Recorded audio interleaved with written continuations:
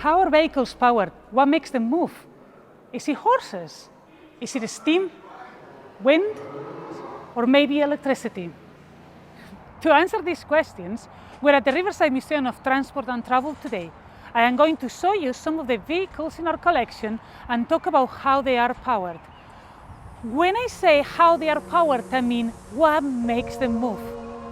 Let's go.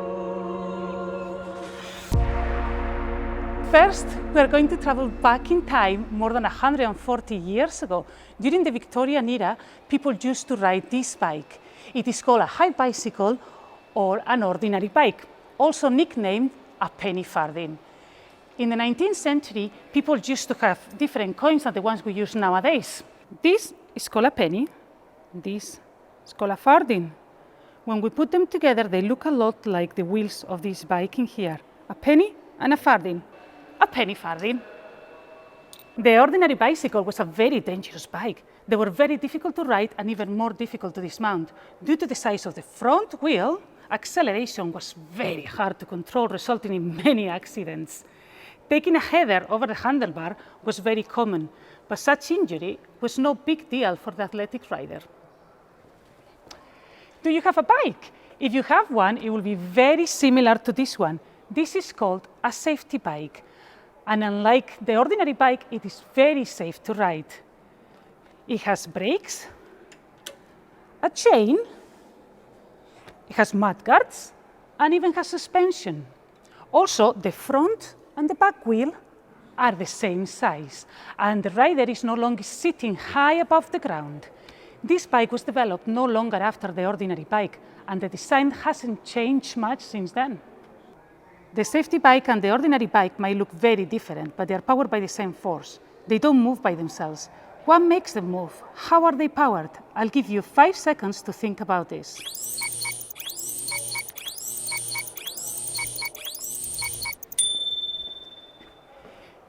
If your answer was pedal power, you would be right. We power a bicycle with your own legs.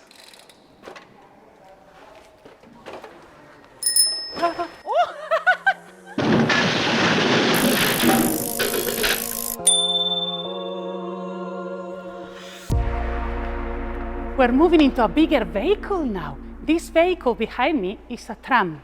Metal tram wheels roll along tram lines which run along cobbled roads. But what has the power to pull these wheels along?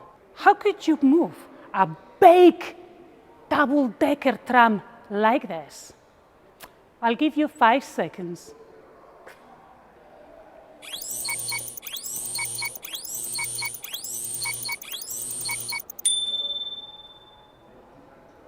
If your answer was horses, you would be right. These big string horses pulled trams along Glasgow roads over 100 years ago. During Victorian times, there were thousands of horses pulling trams in the streets of Glasgow. All these horses produced around 80 tons of dung a day. Farmers bought some of the manure, but much of it piled up, and furious citizens complained to newspapers about having to wade through much inches deep.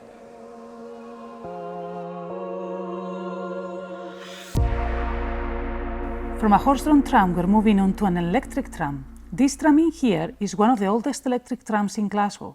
It was used from about 1900 onwards. If you look at the top of the tram, you can see a metal pole called a trolley pole. All Glasgow streets used to have electricity wires hanging down along the roads above the tram lines. When the trolley poles touch the wires, the electricity will power the tram. Electricity was beginning to be used across the city by the end of the 19th century. It was cleaner than oil or coal for light, heat and transport, and a city with electric light and power was viewed as modern and forward-thinking.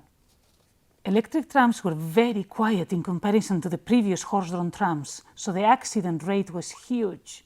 This device here is a lifeguard, also called a cow catcher, and it was introduced to avoid people rolling under the wheels after being hit by the tram. Let's have a peek inside.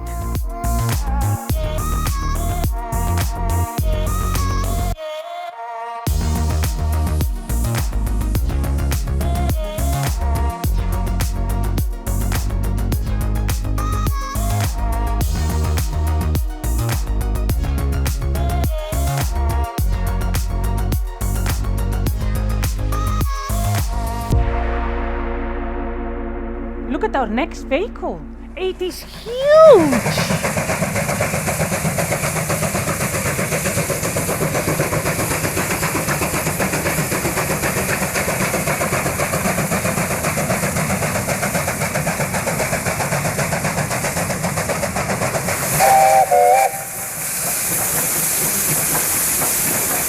It is indeed powered by steam.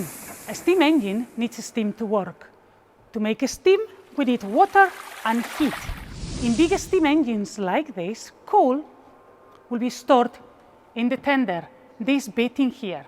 And a worker called the fireman will shovel this coal into the firebox to keep the fire going. This fire will heat up the water in the boiler. And what happens when water gets really hot and starts boiling? Steam is released. This steam will then push on the engine parts to make the locomotive move. Our next vehicle is powered by wind. And no, it's not a tall ship behind me. Hey, up here! It's a glider! This glider was designed by Percy Pelcher, a famous 19th century English inventor and aviation pioneer. Pelcher will spend years making a detailed study of gliders and planes. His sister Ella worked with him, stitching the fabric wings of his gliders and assisting with his experiments. He built 4 gliders: the Bat, the Beetle, the Gull, and the Hawk. All 4 of his gliders had names of animals. Why do you think that is? Percy will base the designs of his gliders on animals like bats, insects, and birds. This one above me is a replica of the Bat, built by a team of engineers at Prestwick. They spent 10 years working on this glider by studying Pelcher's original drawings and old photographs. Pelcher tested the Bat at Cardross near Helensburgh during 1895. With the Bat, he became the first person in the UK to make repeated flights in a flying machine that was heavier than air. The Bat's best flight was under a minute. It might not seem like a lot, but it was a massive step on the pursuit of human flight at the time. How will the cars in the future be powered? Now it is your time to put your thinking cap on and invent a new vehicle and a way of powering it. I have used different recycling materials to build my own futuristic vehicles. This one is a car powered by balloons. This one is a solar-powered airplane. I also have here an electric train. You can use any materials you want. Lots of these materials might be found in your house or home. Remember to think about how your vehicle is going to be powered. Will it be electric? Will it be steam powered? Will it be powered by a new technology invented by you? You decide. Your imagination is the limit. Remember to check our website and social media for digital resources to use in the classroom.